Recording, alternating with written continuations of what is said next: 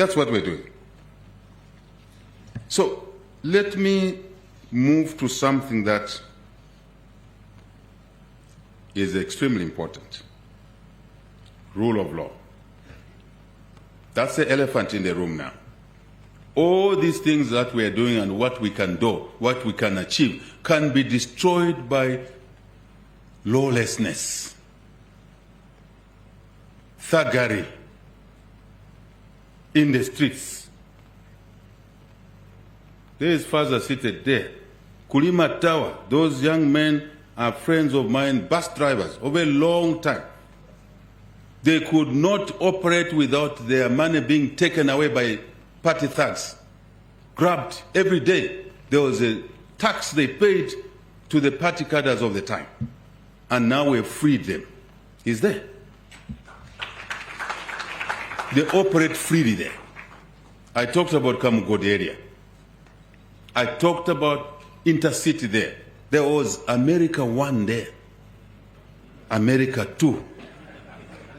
And they were kings, driving flash cars. You didn't pay a fee there, you got beaten. You were thrown out of intercity. You jumped on a bus from Winilunga, they time you, you drop there, you are lynched at intercity there. Today, people move from one location to another freely. If we do not control this menace, all these positives will be wiped out. Investments will stop coming here. Even us, locals, you the locals, how will you invest? You are doing something, you are building a chicken run, party thugs come and take over your chicken run. They take over your land. Remember, they used to cut plots. Just come, take your plot. And citizens were helpless. They were roaming, wearing military fatigue, carrying guns. It was normal. Along the way, people were attacked. Some were killed. We have not forgotten Lawrence Banda, shot dead in Kaoma by a party thug in the forehead at 10 hours in the morning. Kaoma there. In the name of a party thug operating above the law. Lawrence Banda was gunned down. We go to bury Lawrence Banda. We were lynched. Lynched. The whole of a guy like me, we were lynched there just to go and bury him. Clan Zulu. We are burying Clan Zulu there in Lepers Hill Cemetery. And the thugs of that time came and beat the hell out of everybody who was there. One of my assistants was there. He was left for the dead then. And we are touting to go back to those days. No. Joseph Kaunda, I'm called to the police for a property I owned for 20-something years, which I bought with all the documents. And I was accused of having stolen a farm. Please, I'm not a thief. You can call me many things. I'm not a thief. And Joseph Kaunda was gunned down by the Central Police Cabinet Office there. 9 hours. Gunned down. And we are now touting, returning to those days. That is not correct. A nation must not operate like that. When we won, I don't want to talk much about this issue. Me, I was a victim every week. Every time I stepped out of my house, I told my wife, I may not return. Take care of the children. That's what it was. I go to Ndola Sun FM. I had to go through the roof. I go to Moba. I was to be shot dead. I go to Chingola. The bullet grazed the door handle where I was sitting. I told my driver, turn now. I saw the guy aiming at us. Just God's way. Driver turned a little bit, took the door handle, where I was seated. That car is still at home there. Still at home. In the name of party thugs, cadres, in the name of the party, they were above the law. In opposition, I go to Chingola, Chwempala, people are throwing stones, attacking a sitting head of state, the same guy they were attacking in opposition. That day, I had to shout. I saw one policeman raising a gun to shoot at a guy who was throwing stones at me. I shouted, you follow the videos, you hear my shout. If I did not shout, there could have been 30 body bags there. There could have been dead people there. Other presidents would have basically allowed people to have been killed there. Because you try and do that to a head of state, you are killed. You are shot to be killed, not to be injured. I said, no, I will not have blood on my hands. As I stopped the UPND members to revenge, to attack those who were beating them, those who were killing them, I said, do not do it. Chiwempala said, no. I shouted, I said to the policeman, no one shoots here, no one. But you've seen other countries, how many people are being shot at? I said, no. That is the way the country must be.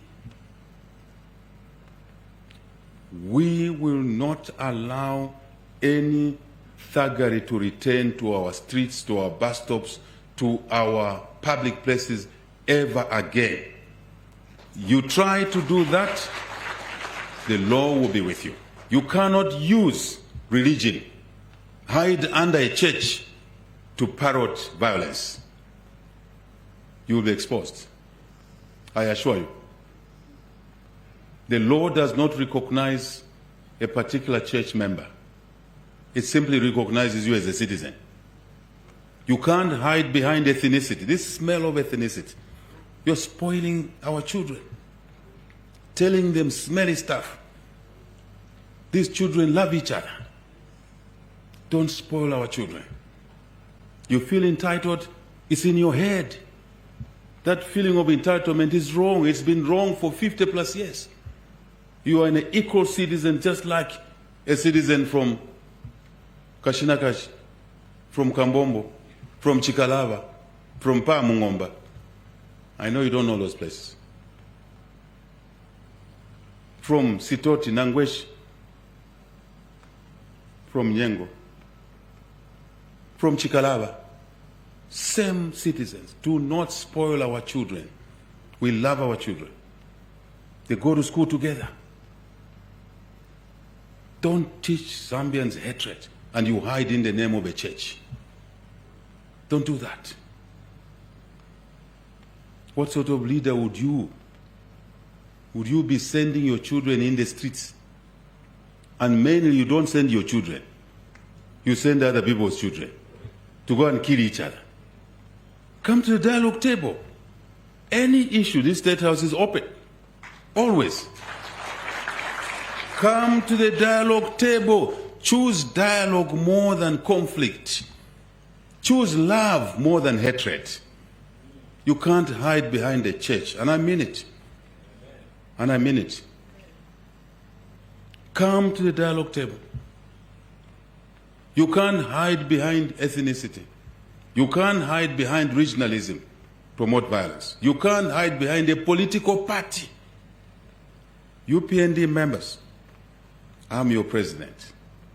I'm the one who restricted you from beating people on the 16th of August 2021 when we were declared winners. I know you would have done it. I know you know who was attacking you in the compounds. But I told you, do not do it. I don't want to have blood on my hands. I asked you then not to do it. I'm asking you now not to do it. Equally, those PF thugs that maimed people, I can see they're regrouping now. Remember, I'm Shushushu number one. I can see they're regrouping.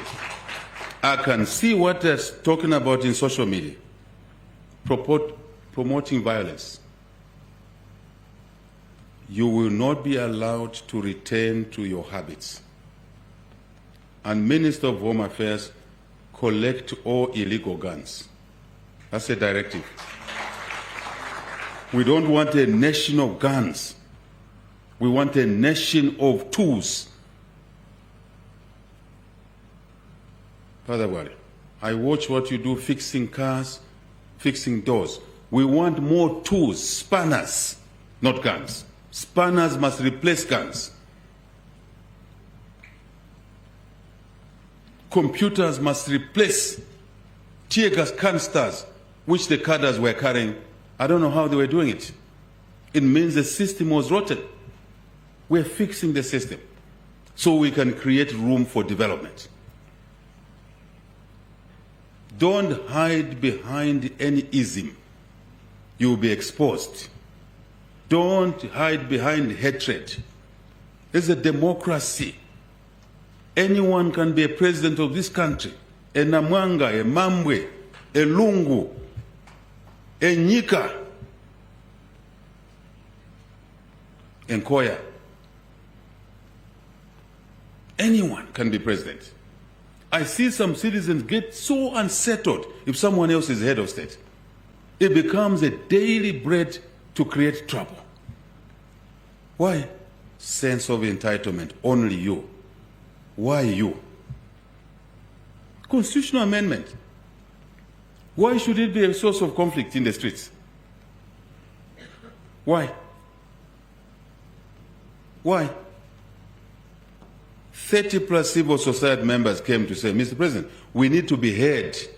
Can you store Bill 7? We need to be heard. They came here. And we spoke, we dialogued. I said, I think they have a point. And we stored it. Technical committee was put in place. It went around the whole country using technology as well. Everybody was submitting there. Everybody. Even those who do not agree, those who agree. People brought in new ideas. We listened to the civil society. Here. You could have gone there to submit 100 pages of disagreement. Why didn't you do that? They are in court. They are in court right now. There's a court process going on. So there's a platform of the technical committee. There's court, which is always open. You are aggrieved, go to court. I think that's a civilized way of dealing with each other. Go to court. Do not invite people's children to go and start toy in the streets and take tomatoes from a hawker who lives by selling those tomatoes, feeds their children. In the process, tomatoes will be grabbed. In the process, they will burn something. We know it in this country. We know it. In the process, a fight will ensue. Then you blame HH, who was not there. This guy is always blamed. I appreciate that. The head of state, you must be blamed. But equally, the head of state must call out things that are wrong. Now, imagine, on a day you want to toy, you want friction, you want street fights, which we stopped because the dialogue table is open. Imagine another group goes in the streets and they meet in the streets. What do you think will happen? There will be a clash there, and the investors will say, no, I can't go to Zambia. I can't go to Zambia because there's no safety there. These are the issues we're faced with now. There will be trouble there. My investment may be put on fire. That is the risk we run. So why choose that window when you have a window to go to present at the technical committee? You have a window to come, first to go to court, which you have done already, you've gone to court. You only want a potential for a fight. Kulichani mukati moja. What is the motivation? Why you want to come and break that door there, instead of breaking the door, me have said, come inside. Let's sit and talk there. Come inside. Select a team. As the civil society did, they selected a team and they came, we sat. And I was listening. I told my team, I think there's a point there. There's a good point there. Let's do it. And we've done it. So why do you want to shout outside? Because shouting, you can't hear what each one is saying. How will we reason by shouting at each other? Come inside. So I've invited colleagues. Ngenani Mukati, this is your state house. Me, I'm just working from here. But this is your state house. It's in Tulanshanyo Mumine Mukati. And they've been coming here. I have letters where they've written me, the same organization, to say, we need a constitutional amendment. They've been writing to me. And I have the letters. I've asked my team to pile all the letters. Same people. The question is that, why aggression now? When the door is open, it means there's a hidden agenda. You want to damage the credentials of this country, which has just come out of a serious debt trap, and more investments are coming. So you now want to reverse the gains that have been made so that you can swim in confusion the way you did before. Icona. That is the issue. That's my deduction. Any logical person will be saying, what is the agenda here? Well, you don't want to talk. Okay, let me give you a scenario. There's noise. People are toy-toying in the streets. I know one country which has a port where in that province there's always street fights, street demonstrations. One of the neighbors, near neighboring countries, a port, you know, a port, seaport, where ships pack, bring goods, take goods. That ship now, neighboring countries have moved routes. They no longer go to that ship, to that port, because there's always street fights, street demonstrations, toy every day. I'm sure you can figure out what I mean. Now they've changed the routes. That port is now having goods stuck there, because when you want to move the goods, there's a street demonstration. You don't build a country like that. My fellow citizens, you don't build a country like that. That's the surest way of destroying a country. So let's assume you go and toy in the streets, and you are lucky there's no rival group there. Because remember, the rights you have to damage others, others have the right to damage you. Self-defense. I don't want us to go that route. None of us want us to go in that route. None. Any civilized person doesn't want. So let's assume you succeed. You make the noise, you shout, you shout obscenities, you insult people. Then you drop the petition. You drop it at the gate there. Let's assume you do that. Let's follow each other. What will happen after? The petition is picked. Somebody has to read it, isn't it? After reading it, somebody has to now do what? Call a meeting, isn't it? To say, okay, let's look at your item number 1. We agree. Item number 2, we disagree. At some point, you have to sit at the table, isn't it? So why not sit at the table straight? Finish fire. Sometimes you expose your hatred of other people. It clearly shows, hidden in a certain ism, then it's shown. One of the statements in the letter that has been written is that without a Bill of Rights, you cannot proceed with a constitutional amendment. Without a Bill of Rights. I hope you all know what the Bill of Rights is. To amend the Bill of Rights in this country, you need a referendum. A referendum was held in 2016, and the Zambians defeated it in 2016. People have short memories, and when anger overrides them, they don't even read. They just push the agenda. So, we must have the Bill of Rights. Now, the Bill of Rights, tell me when a Bill of Rights was amended in this country. Lawyers are here. A long time ago. We've been doing amendments. Then they're saying, no, we are not allowing HH and UPND to amend the Constitution. The question is why? Because there are lacunas in there. Is it the first government to amend the constitution? No. Who else amended the constitution? In this manner, UNIP government. UNIP government. Muzungu is here. Bakurumpe. He was there. Institutional memory. UNIP amended the constitution. The argument is that why you amend the constitution now? So when is the right time? What does the constitution say? It's silent.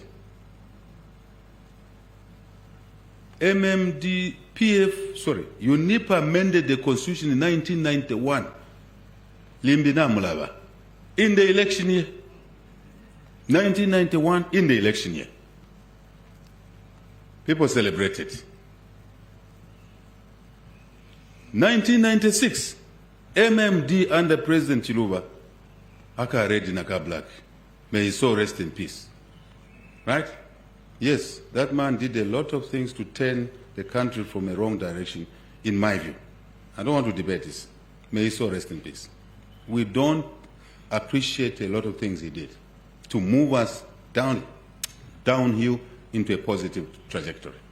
1996, the MMD and the FDJ amended the constitution in the election year. There was no problem, no street fights. Same organizations didn't go in the streets. By Kalafia Tondolo, and the constitution is being amended. No street fights. 2016, under PF, the constitution was amended. Right? Election year. In January, the election was in August. They amended the constitution. No one went in the streets. We were aggrieved as UPND. And I told my members, no one goes in the streets. Let's vote in parliament. We voted and lost in parliament. I never allowed our members to go in the streets. UPND, this man they don't like, for whatever reason. Right? You know, this level of hatred is shocking. Right? You can see that there's venom here. You can even touch it. There's venom here. We go to amend the constitution using the same law, using the same constitution, which was applied, clauses which were used before. Says no. We don't want. The timing is wrong. But what about those other timings when it was amended? What was right? Why didn't you go in the streets? Ask yourselves a question. So you want to start conflict over nothing. Fellow citizens, let us act godly. After all, we are a Christian nation. Let us act in a godly manner. Let us not overexpose our hatred of others for crimes some of us did not commit. I know. I've come a long way myself. I know the feelings of a certain section of the people. I didn't choose where to be born. Neither did you. None of us should serve a sentence for a crime they did not commit. In 2021, one priest issued a statement. Chawamanga twachita election, kuchila kuti abawambita tulefaya bakateke. Encouraging the government then to rig the election so that UPND and this president does not come into office. It's there. And this thing starts all over again. This is not fair. This is not correct.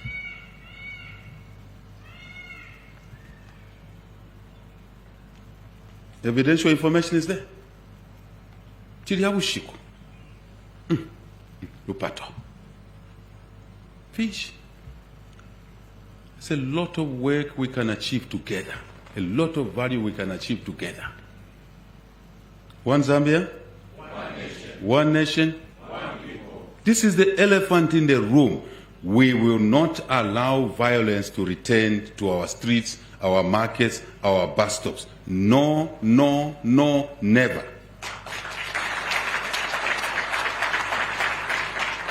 The law does not recognize a particular group of people only. It recognizes everybody.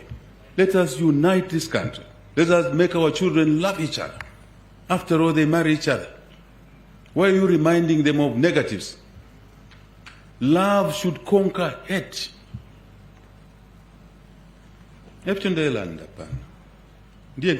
Love must conquer hate. My fellow citizens, let's talk. When we have an issue, tulanshanye. Tikambisana. We'll be okay. No matter how difficult the issue is, let's talk to each other. We'll be okay. We will agree on certain issues, we will disagree on other issues, but we'll be okay. That's a more civilized way of treating each other than stoking violence in the name of other things. This State House is available anytime. It's your State House. You have seen I'm hosting more groups than most leaders before me. This is not a comparison. I'm just saying I'm hosting more groups than many leaders did in this State House, because this is a workstation for the people of Zambia. So I want to close by saying the seeds of progress are there. Very clear. We've touched on some. We still have challenges. We shall always have challenges. Let's work together to deal with those challenges. Let's respect each other. Let's love each other. Let's maintain Zambia as a unitary state. I remember people in opposition, when I was in opposition, they were saying, nga mwamupera bu president akashitisha chalo kubalosha banangu. Akaputula Zambia. Have I putula Zambia now?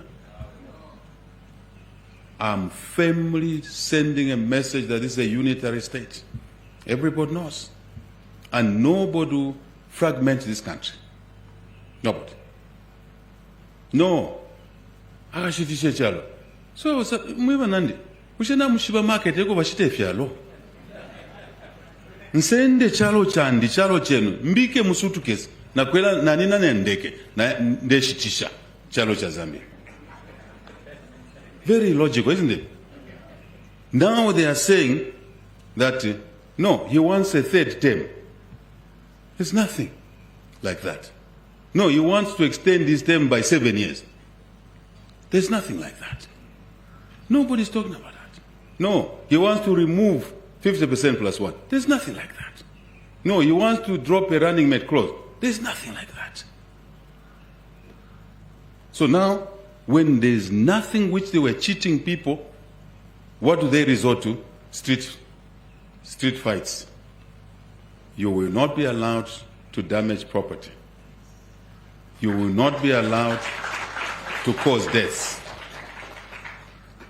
Personally, I could have encouraged UPND members to go in the streets in 2015. We thought we won the election. I said nobody goes in the streets. In 2016, I said nobody goes in the streets. What did we do? We went to court, and our matter was not heard.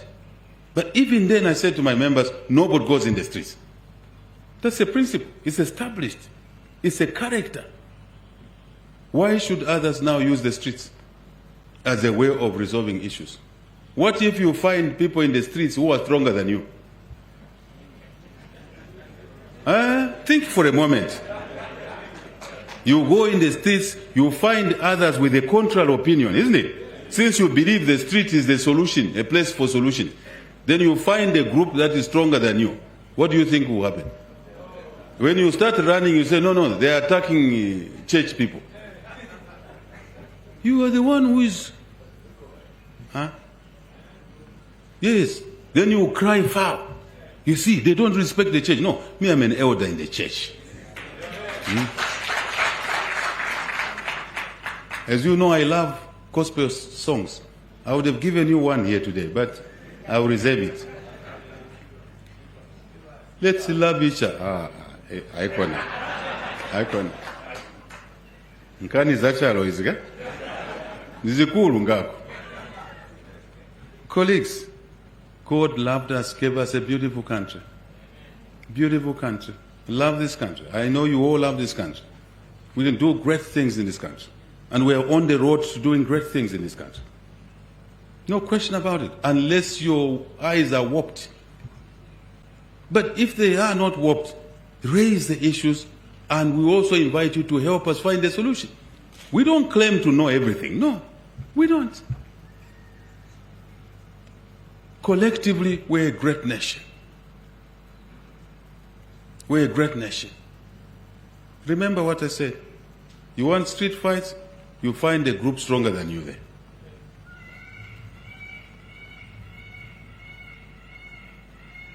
Ninshi, Fiabipa. Let's not tempt young people. Discipline, commitment, hard work. We shall continue working and overcome our problems, including the electricity problem. We shall overcome. We will be a better nation. A nation of opportunity for all, not for some, for all. A nation of opportunity for all, not some.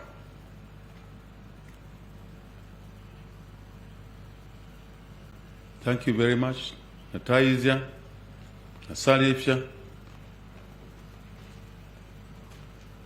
Natotela Mkwai, Ziko Mugambiri,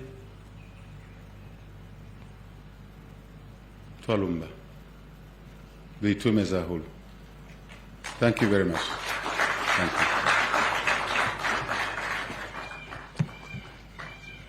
Thank you very much, Your Excellency. With your permission and guidance, Your Excellency, we may take some questions from members. Please, we may take your seats. So we'll take 3 questions from members of the press. Remember, when you come up here, tell us who you are, which media house you represent, and I would like to re-emphasize that you ask your questions or point of clarifications in line with what the President has presented here. Just restrict yourself to the things the President has said. Members of the press, may I see your hands? Yes. Okay, Paul.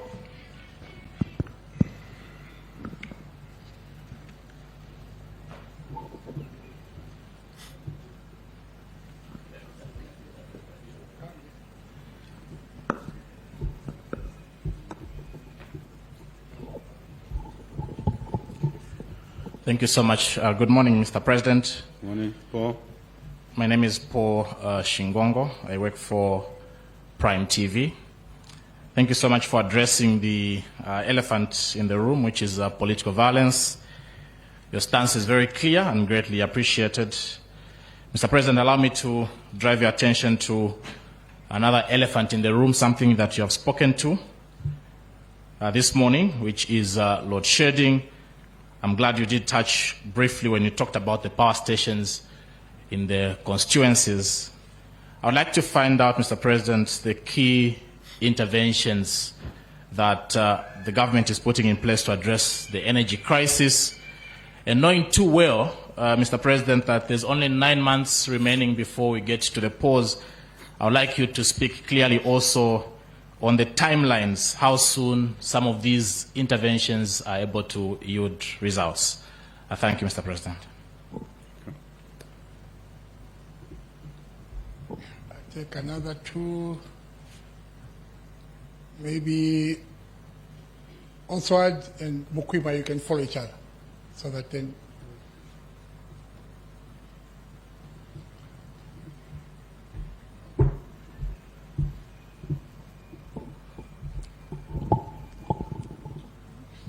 Good morning, Mr. President. Morning. My name is Mukwima Jilala from Millennium Radio. Mr. President, you did touch briefly on the mining sector, and in this regard on illegal mining as well as small-scale mining. But my question is, or rather I would love to bring to your attention the discovery of new minerals as well as old ones has come with great excitement from the people, the Zambian people out there. But many may feel that it may also be a time bomb if not properly handled. There are reports that the government plans to deploy military personnel to areas that are notorious in as far as illegal mining is concerned. But many feel that this is an empowerment to the youth. If true, I would want to find out from you what the justification is in as far as deploying military personnel. If not, what is your government's blueprint in as far as addressing the issue of illegal mining, which is scaling into some form of lawlessness? Thank you. Your Excellency, you may. This one before. Good afternoon, Your Excellency. My name is Oswald Kafwanka from Prime TV.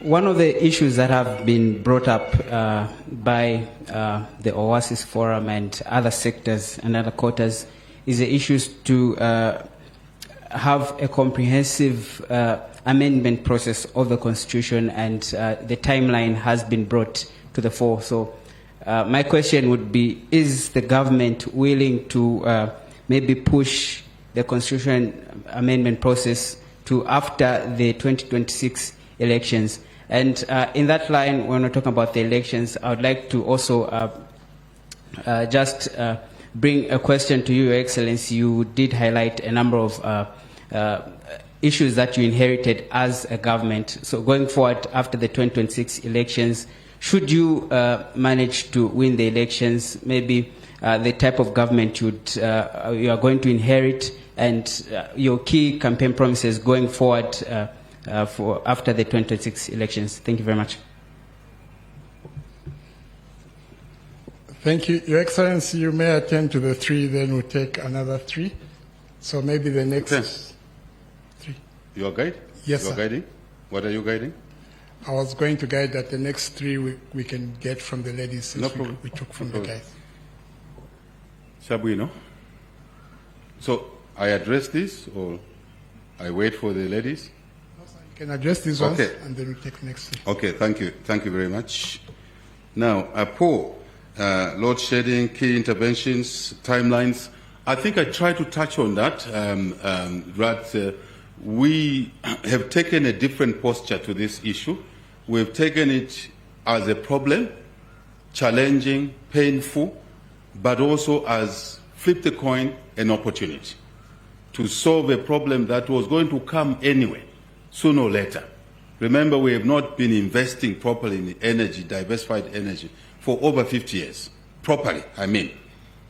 If you talk of installed capacity of 3,600 megawatts, when the population was 10 million, that was our situation, almost. Almost. Understand my usage of words. And now we have close to 21 million people. That alone, right? If you say this is where we are with electricity, and the drought came, we lost generating capacity. Check my hands. We lost generating capacity.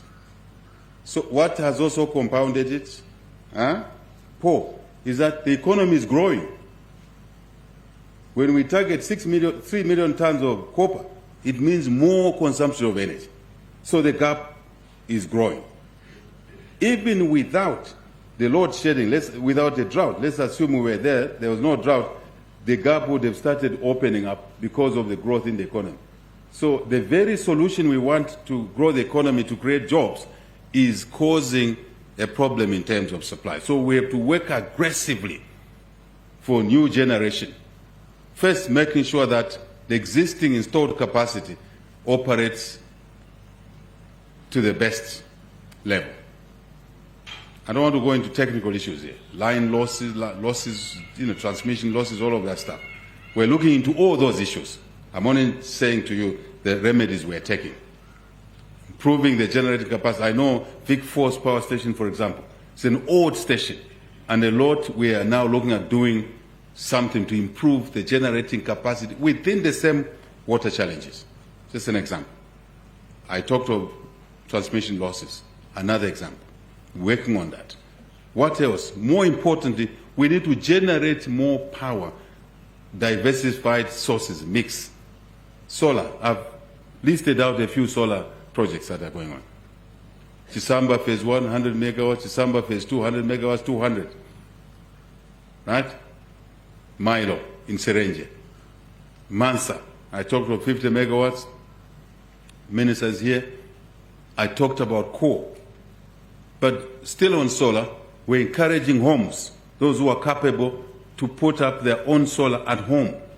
And because of the reforms, maybe the biggest answer, Paul, to your question is that we've pushed reforms in the energy sector to allow for independent power producers. Before, it was only ZESCO. Now we've allowed anybody, even you, even MPs are challenging. And I want to thank one MP for Kaumbwe MP, right? Dr. Mwanza. In Parliament, I challenged MPs, find partners, invest in energy. Everybody's welcome, all over seated in this room. This is an area where there will be no question asked. You have managed to invest in energy, do it yesterday. We're inviting everybody. And I say to parliamentarians, talk, find partners. Aaron Mwanza, who lived in China many years, good Zambian engineer, he took my challenge seriously. Last week he brought partners of his in State House here to invest in energy, in solar. Aaron Mwanza, MP for Kaumbwe, PFMP. It's not a UPND MP, PFMP. I'm giving you what your government is doing, opening up the sector, but starting with the reforms, independent producers, independent traders, open access, independent, not independent, power blending, tariff blending, and net metering, which allows individuals at your house to generate power. If you are connected, then you can sell the excess. Very important. But we know that not everybody can afford to do that, isn't it? That's why we are bringing other investments. Then coal. I articulated Mamba Phase 2, 300 megawatts. It's on train, using an English expression. It's on train, meaning it's on schedule.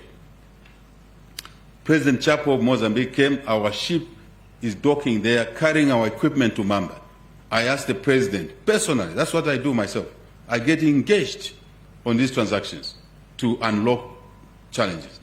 So that our ship can be given priority to dock there, and then we can pick our equipment and move it to Mamba. Those are some of the specific measures, so that Mamba stays on train on course. More coal. That's the resource gave us. I don't want anyone telling me that we cannot generate electricity from coal, because that's the resource God gave us. Minister of Green Economy, don't talk to me about those issues. Tizakambe sana tikasiriza kugwira nchito kuja. Antu hafu na malaiti ya Mzambia. So, United Capital Fertilizer, as a private investor, they've come for 600 megawatts. If you check in social media, the equipment, huge equipment, is already on the move. And the first 150 megawatts out of 600, I said earlier, will be coming through maybe by April or May. So all combinations, wind, others. There are many projects. What I will do, ask the Minister of Energy to release to the public how many projects are being implemented, how many megawatts, where. And earlier in the press briefing, I told you about the constituents initiative.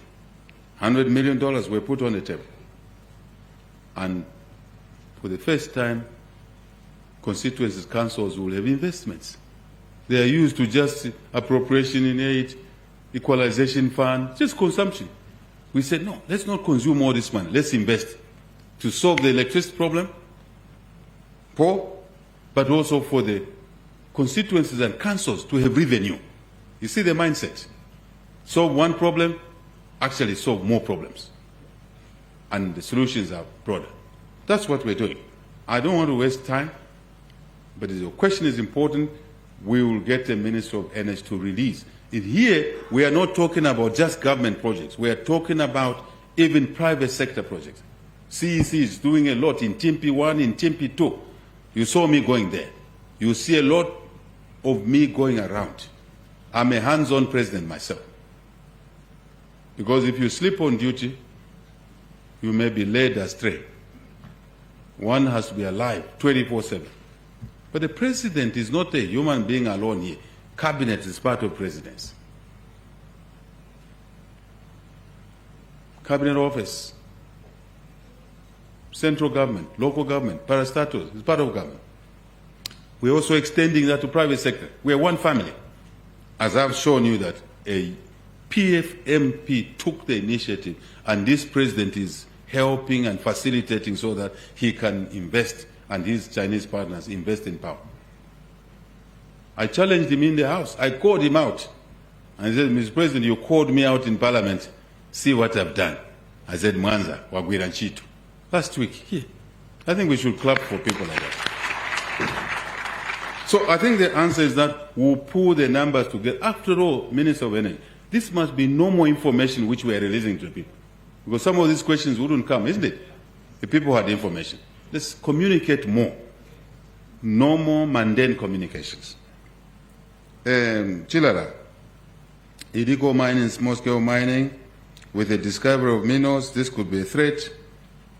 Why deploy the military personnel? What other measures are you taking? I think I articulated, Chilara, this. I spent a bit of time. We are doing a geophysical, high-resolution geophysical mapping to discover what the country is sitting on. For the first time, we're having a nationwide discovery process so that we know what we're sitting on.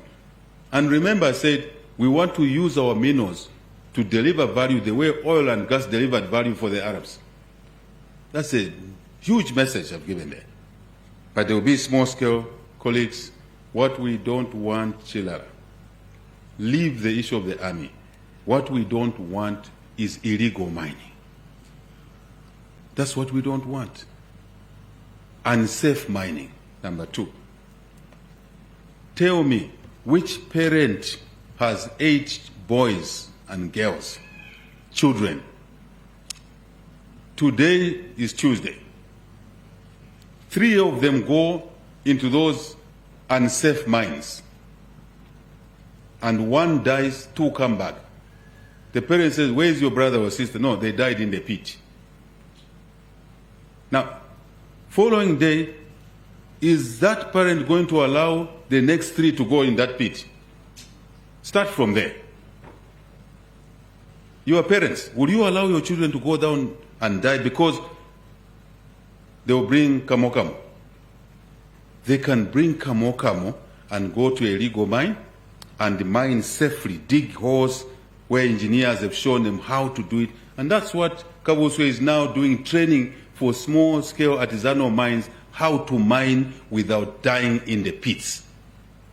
I call that a responsible government. I don't call that a bad government. We want them to mine, get a license, 1,000 plus, give more licenses. But now we train them. I think the courses are going on. There is a Minister of Mines. Courses are going on. Those are some of the solutions, Chilala, so that our children can go there and come back to us. No normal president will allow that to happen. And when the president and government is protecting you from there, you start throwing stones. You start attacking the president. That's what it was in Twempala. It's the issue of the pit there, where 14 at one time, 14 died. The other time, 30, 40 died. That pit there. Thank you, Minister. And he and I and others went there. It was terrible. You saw me there. I even went down there, and out of 40, we retrieved 1. He's still alive, eh? We retrieved 1. Imagine how I felt. How would you feel? Then tomorrow you say, no, go again, so that another 40 die. What sort of leader would you be? Even those who are making statements and fair statements, they must put themselves in my shoes. Why would you allow your children to go down and die? Let's find food for them. in a manner that they will eat the food and they will not die without eating that food. And it's possible to do that through safe mining. That's what we're doing. Legal mining, licenses, safe mining, so that the Ministry of Mines and others can now be engaged. Big mines have agreed to assist small-scale miners in mining safely in the nearby areas. We're working with them. So the issue, Chilala, is not about the army or what. The issue is to have legal mining, safe mining, formal mining. Security must be proper there. Otherwise, you are going to have militias in Mpika there. Just wait and see. Those who are talking that language outside, they don't know what they're doing. You will have militias with heavily armed people there. And first they kill each other. You take a bit of gold today, that group knows you took some gold there. They wait for the night. In the night they come and say, bring that gold. If there's no security. You don't bring the gold, they shoot you. That's what happens in Eastern DRC. You don't know why there's fighting there. It's minnows. This is a risk we should not allow to grow. I really shouldn't say much. So the issue is that illegal mining should not be supported. Let's support our people to get legal ways of mining and safe ways. The other issue, Chilala, our young people are cleaning gold using mercury. So these rivers you see very soon, in Mpika, rivers are already polluted. Now, we want that water to irrigate our crops. You can't because polluted. You are aware of the cyanometal situation. We don't want to pollute our rivers. Security is not just physical harm. It's also polluting our environment. That's what it is. That's what it is. So let's work together in this area. Let's give more licenses, Minister of Mines. Let's train more. Give more licenses, let's train more. These minerals belong to our people.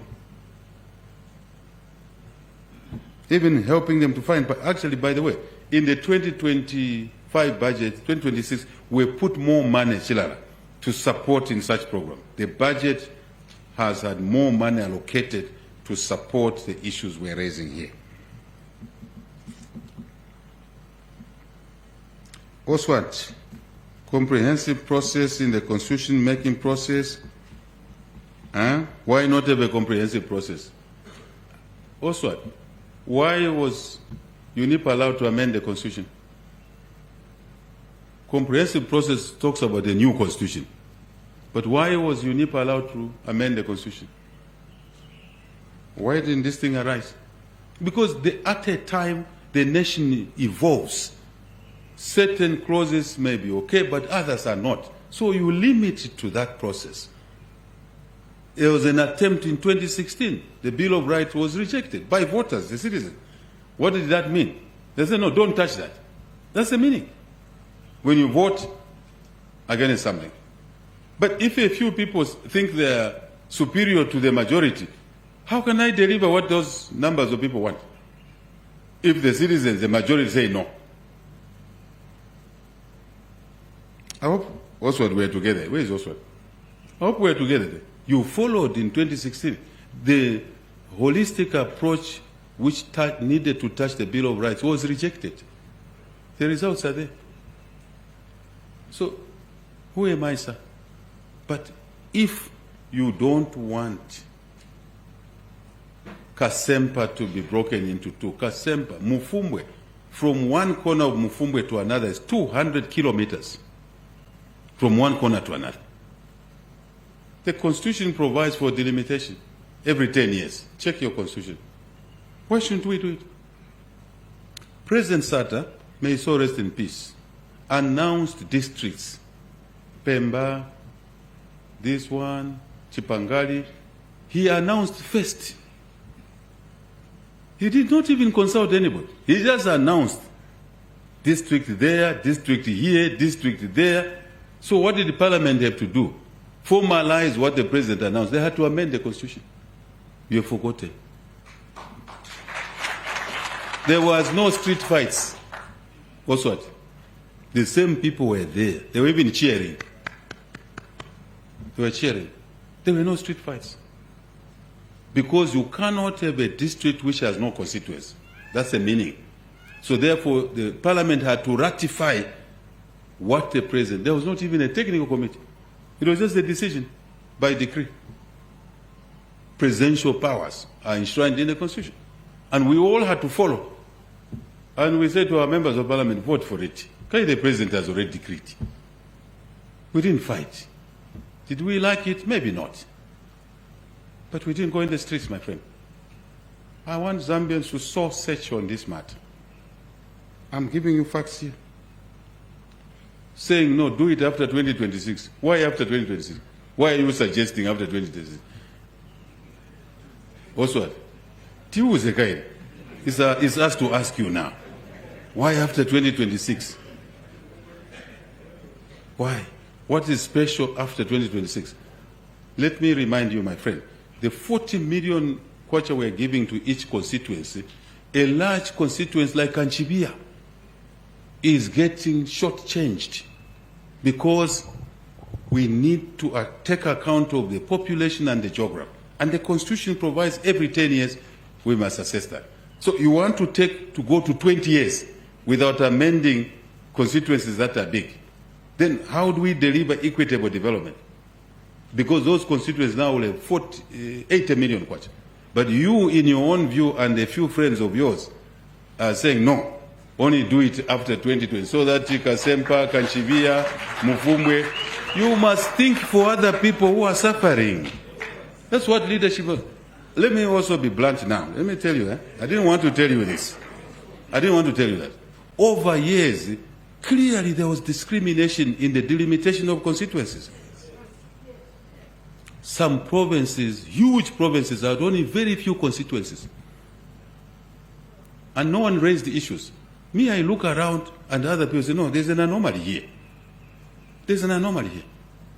How can one MP service a constituency 200 kilometers by maybe 80 kilometers? How?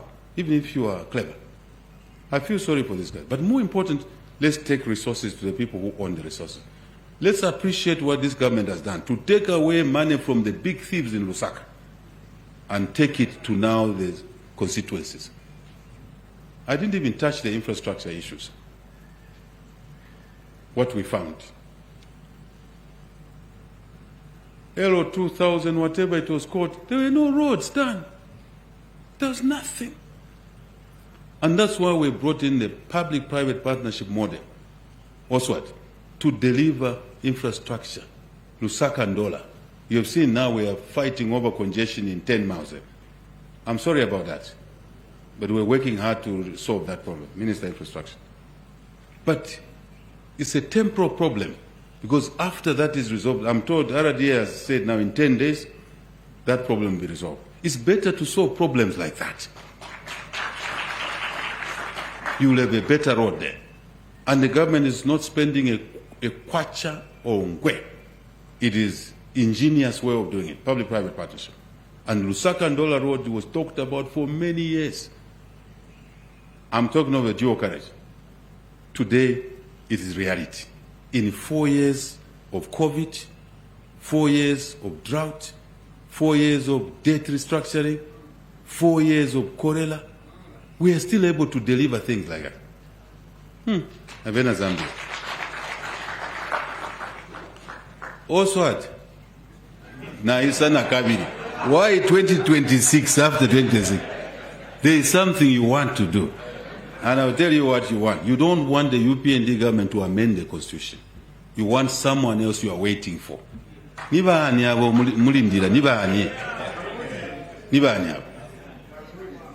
waiting for your friends. I'm just abusing you.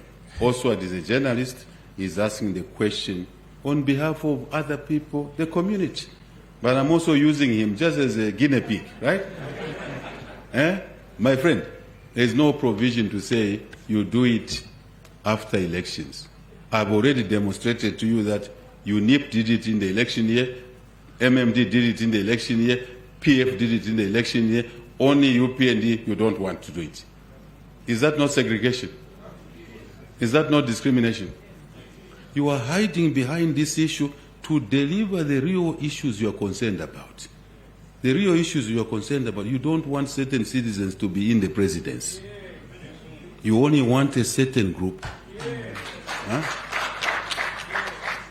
Takwava ifyo. Huh?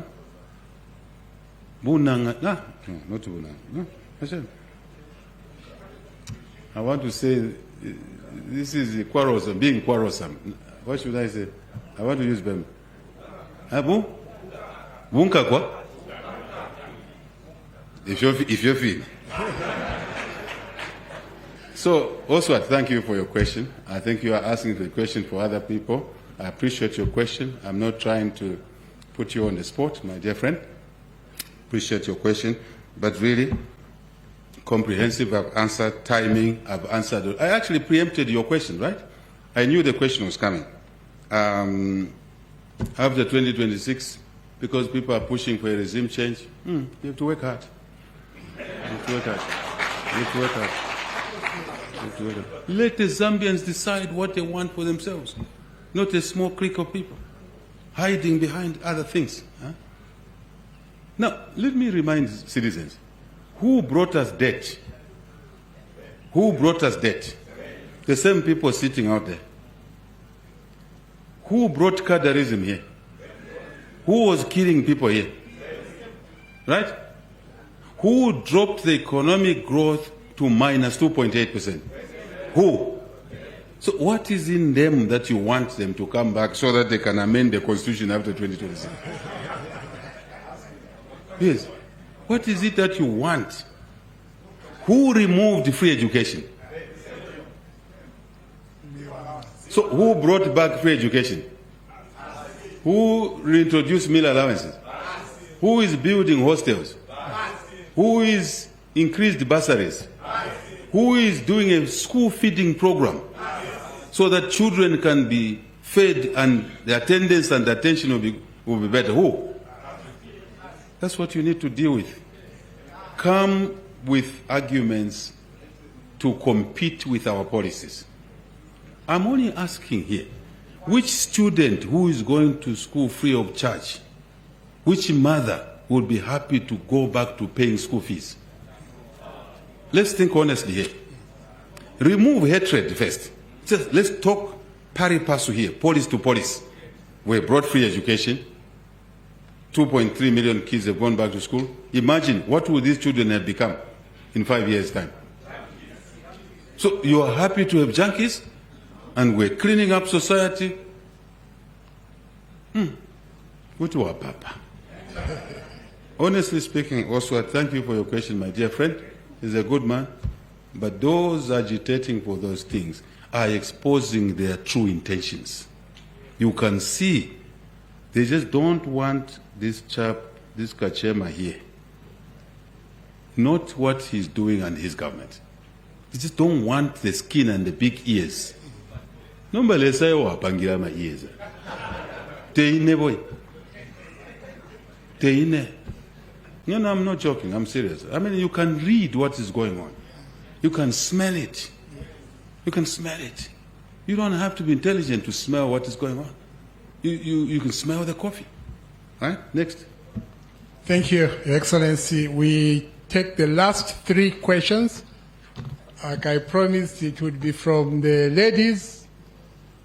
Victoria, Diamond, Mwiche, Diggers, Joy, ZNBC. You can come through so that you follow each other on.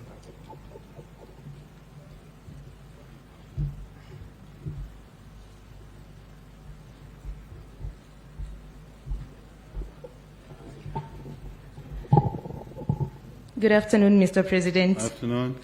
My name is Victoria Kayeye Yambani from Diamond TV.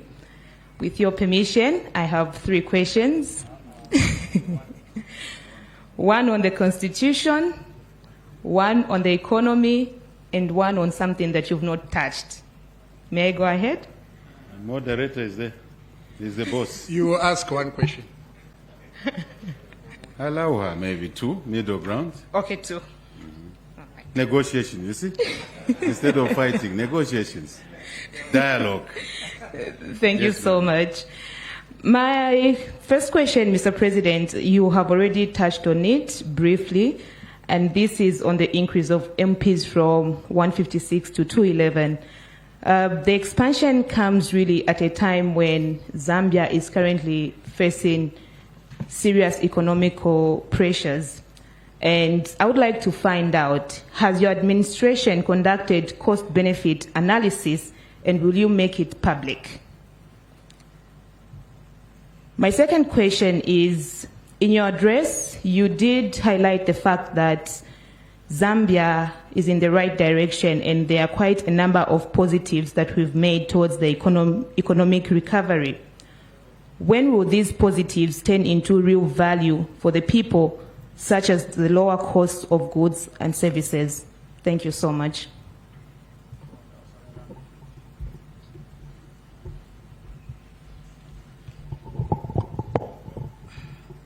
Good afternoon, Mr. President. Afternoon.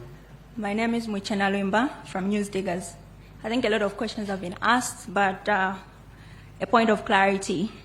I think you mentioned that those who did violence are regrouping. The question is, are they regrouping in the UPND or in the PF? And then also, recently we have seen some wrangles in the opposition political parties, some blaming that the wrangles are being sponsored by the UPND. What is your comment on the wrangles in the opposition with regards to democracy? Thank you.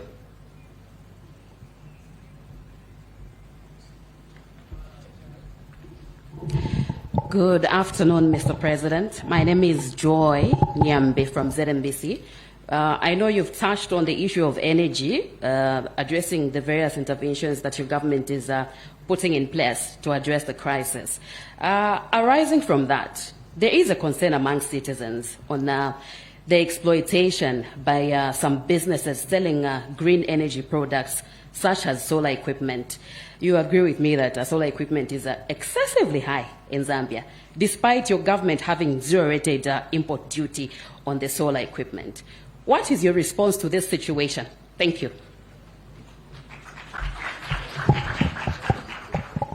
Thank you very much, Your Excellency. Those are the last three questions we got. You may proceed to address them. Thank you, sir.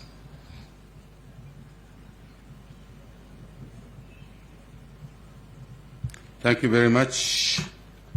Ladies, we appreciate your questions. Victoria, more MPs, cost-benefit analysis, pressure of the economy. Yeah, I mean, the thing about delimitation has been going on. In fact, the process was started by the previous government. A report is already out, Victoria, which covered the issues you are raising here. So, but the main issue here is to look at what does the Constitution say. The Constitution says that we must review constituencies every 10 years. That's a constitutional provision. What for? To ensure that you are able to delimitate, to take account of population, 1, 2, geography, physical geography, distances, complexities of a constituent. It's in the Constitution. So, and the governments before us have done that. But look at the population has increased, and some constituencies are too large. I already touched on that. But the real study as a base was done by the previous government. I think the report came out in 2018 or 20 somewhere. 2018? 2019, I'm being told. So that answers your questions. But for us, in our government, we see more than what I've just said. We see things slightly differently, beyond what the basics is provided for. Delimitation for population, for distance or geography, size. We see something else. We see an opportunity to provide equitable distribution of resources. We see that fine line. We see how big constituencies are struggling to build more schools to accommodate free education because of the size of the constituency and the population. We see the issues about water and sanitation. We see opportunities for the CDF grant element to support widows to raise chickens, to support the youth to run a workshop to produce window frames, to produce door frames. We see the fine line that in some constituencies we're not delivering this money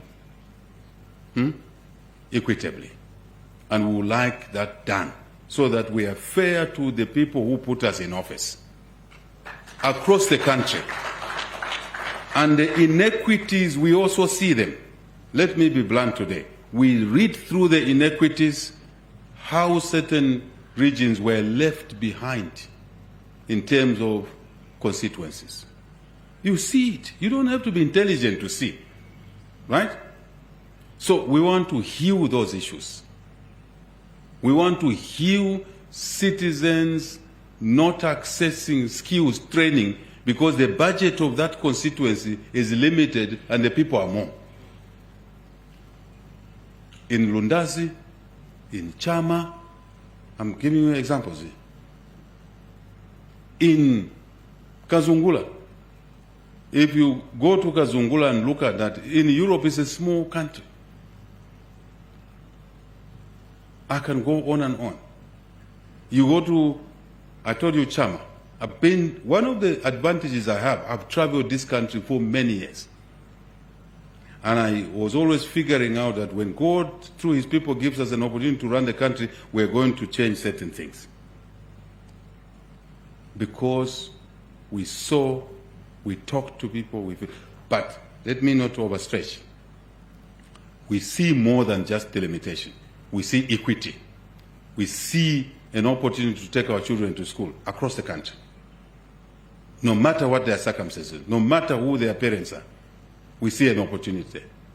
That's how we see this CDF. It's not more about an MP sitting. It's more about the resource allocation. Isn't it? So I hope I have answered your question there.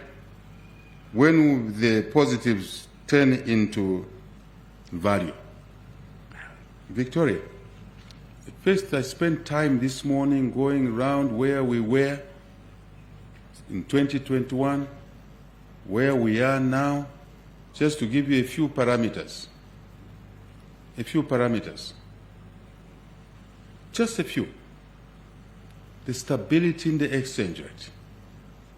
I talked about businesses importing now equipment for investment.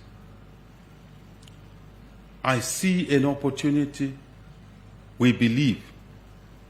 For example, before we came into office and then these reforms were put in place, the foreign reserve had plummeted to $1 billion or so. I know it doesn't make sense to some people, but it's very important. Now, it is over $5 billion. What is the meaning of this? In there sits the sense of stability that if there were no export revenues and the country needed to maintain the essential imports such as medicines, you will still be able to import medicines for 5 months, even though you did not earn anything, as opposed to 1 month of import cover. I don't want to confuse and bring in expert arguments here. But that's what it means. That assurance, Victoria, means that the kwacha will not be vulnerable based on sentiments. Hence the stability you are seeing. What else? I talked about the jobs in Mopani, that an additional 2,000 jobs have been created.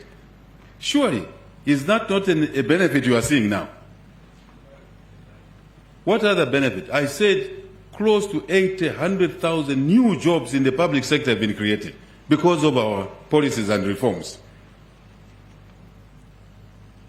Let me pose a question. It's not for you to answer. It's for the people out there. When did any government before us ever employ 30,000 teachers at one go?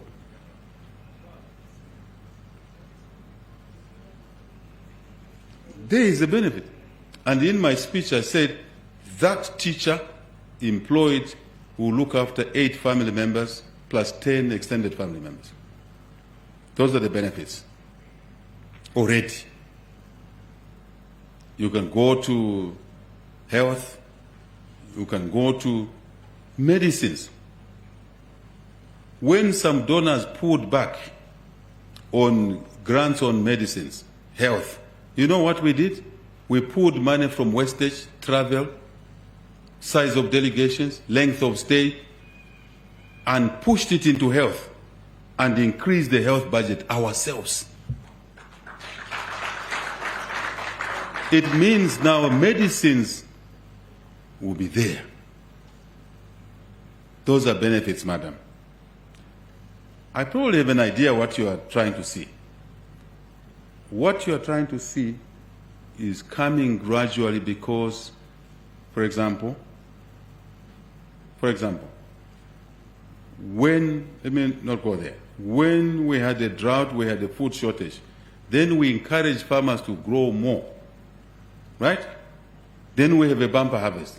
That's a direct benefit of the policies of this government. The irrigation, I'm talking of 500,000 hectares, with or without rain, will have food. Those are benefits. What else? Let me just pick one issue, which I think should be close to your heart and our hearts. If you are a parent of 8 children and they are going to school, they're still young, say they're 2 years apart or 1.5 years apart, they're still going to school. Before we came into office, you had to find money to pay for these school children in school. Now, that money is staying in your pocket. You had to make sure your children have enough food before they go to school. Now, they can go to school and eat at school. School feeding program. Are those not benefits? Colleagues here, are those not benefits? Already they're happening. Directly. Free education. As a monk myself, and we have a principle as a university students, once a monk, always a monk. As a monk myself, except I'm cheating, I'm married now. Meal allowance is very important. It was removed by those who were there before us. When we came back, we reinstated it. It has a direct benefit on the performance of a student in college, because they can now go to college having eaten, in classroom, I mean. Is that not a benefit? Victoria, please, my dear sister, these are immediate benefits. You don't even have to wait. I've said quite a bit around here, because your question is very important, madam. So we are moving step by step. Remember, I was saying that we are doing things, but it's not enough. We can do more, isn't it? We can do more. Let's work together to do more. There's a lot we can do together. Maybe last example. Before we introduced reforms in agriculture, FISIP, we were giving fertilizer to people who were not farmers. We were giving seed to people who are not farmers. We've now introduced an electronic system called e-voucher, isn't it? And since we introduced it, we caught cheaters, call them anything. 215,000 people who were getting fertilizer and seed and were not farmers for many years, we were able to expose them and remove them, and then brought in new real farmers by the same number. Clear benefit. Clear benefit. Except that these benefits come in these bits and pieces in different sectors.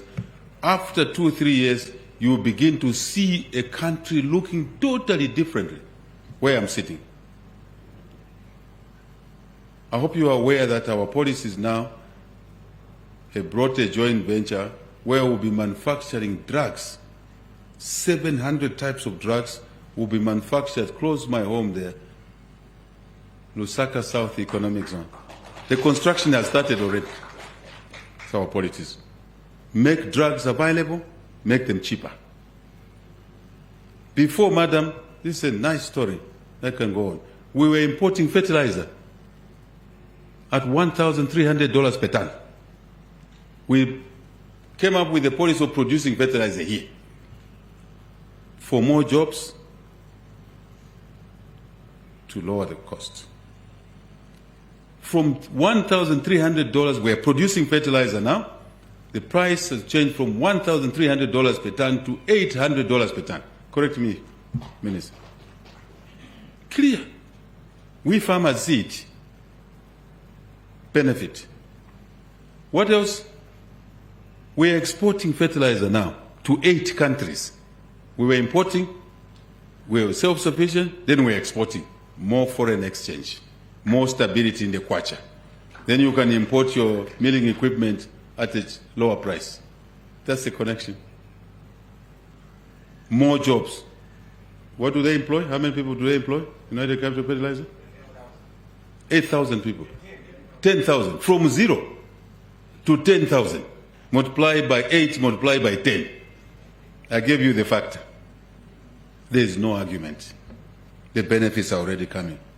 Except what you are not seeing is tantamen. That's where the problem is. Tantamen. Queue here, and then we dish cash. That's not part of our menu. What we want is to create opportunity. That's a noise that you hear. The noise is around tantamen. That is where the noise is. But they will conceal it in many ways. It's about tantamen. It's about entitlement. It's about give me cars. From where? Yes, from where? Hello, Fumakwi. Let us be a country of people willing to work. I have said let us be a country of producers, not just consumers. Let's produce something. Ka 1 acre. Ulima kangono chambe.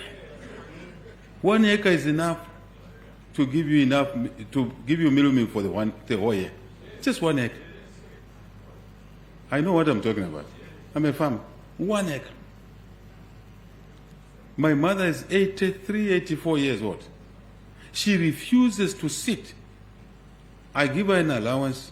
She says, I work for myself. Every year she sells to me for my feedlot not less than 30 steers at 83, 84 years old. She's there. She says, I don't want your allowance. I want to work. I want to die working. Because if I just sit, I'll die early. And she's shrewd. She knows the prices of steers. I try and cook her up. She says, this is the price. Let's teach our communities to work. There's pride in working. Even God wants us to work. The anger is on tantamen. That's the anger. And it comes in many ways, disguised in many ways. Yeah?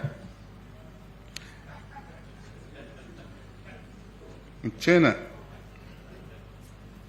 regrouping, violent people are regrouping in UPND or in PF or in TONS. My answer is simple. They are not allowed to regroup in PF or in UPND. They will not be allowed to regroup in PF or in UPND or in TONSE. They will not simply be allowed and will go very heavy on this one. Very heavy on this one. So there is no issue of where they are tolerated, madam. They are not tolerated in UPND, they are not tolerated. But the genesis of thuggery in this country is known. Where did it come from? Who was killing people in the streets? It is known. But people choose to ignore that. But this government will not allow thuggery sitting in any political party. Let me be clear. Sitting in any church. sitting, hiding behind a church. You commit a crime, there is no church there. You are simply a citizen. The Constitution does not distinguish. You commit a crime, there's no UPND, there's no PF, there's no church, there's no ethnicity. I am very clear in my mind about this. You can't hide in the UPND and commit crimes. Let me tell you, my colleagues, corruption must be fought. And corruption is not an ethnic issue. I know what people are trying to say. Today I will tell you that we have a DC I appointed in Nisoka who store fertilizer. I think it's fertilizer or seed. You've forgotten. Fertilizer. He's in now. He's serving a sentence in.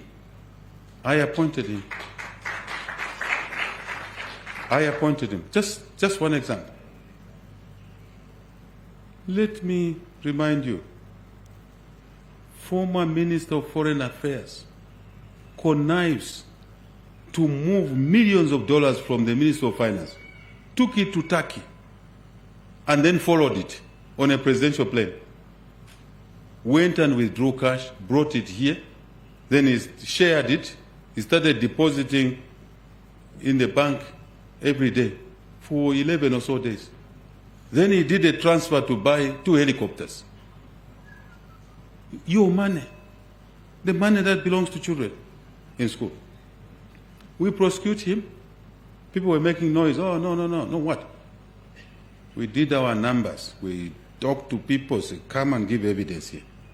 He's been found guilty. And we're recovering that money. Better that money goes to pay meal allowances. That money goes to pay for free education. How can we say now the fight against corruption is targeting politics or ethnic groups? Can we come off some things? It's even embarrassing to talk about such a thing. And that individual did it. The court has proved. Now imagine how many cases we have not prosecuted. How much money? One individual, we recovered $30 million. No, some level of greed is frightening. $30 million. Moved it to Seychelles, moved it here and there. And the noise was that, no, there's no fight against corruption. We recovered that money. We recovered one person. We must detest corruption. Fellow citizens, I'm asking you, let us join hands to detest thieving from people. So,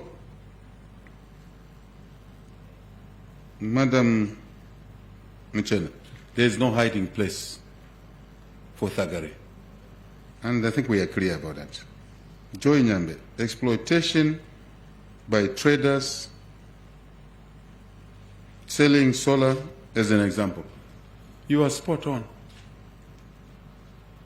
We have to work hard to ensure that people are not being cheated. When we remove duties, the price of solar must come down.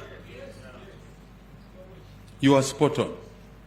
And I think we are all hearing, colleagues, let's address that issue. Having said that, Madam Joy, the price of solar has come down. Before, to invest in 1 megawatt, you needed to pay $1 million. Now, to invest in 1 megawatt, you pay less than $700,000. Technology is better. But the traders are taking advantage, some of them. I think we need to deal with that. Minister of Commerce is here, is listening. We don't coerce them, we sit down with them in a civilized way. We don't go in the streets demonstrating against them. We bring them in the room and talk to them. I've finished answering the questions. Thank you. Thank you very much, Your Excellency. Another round of applause. Thank you very much, Your Excellency. We have come to the end of the press conference. I would ask that we all stand to sing the national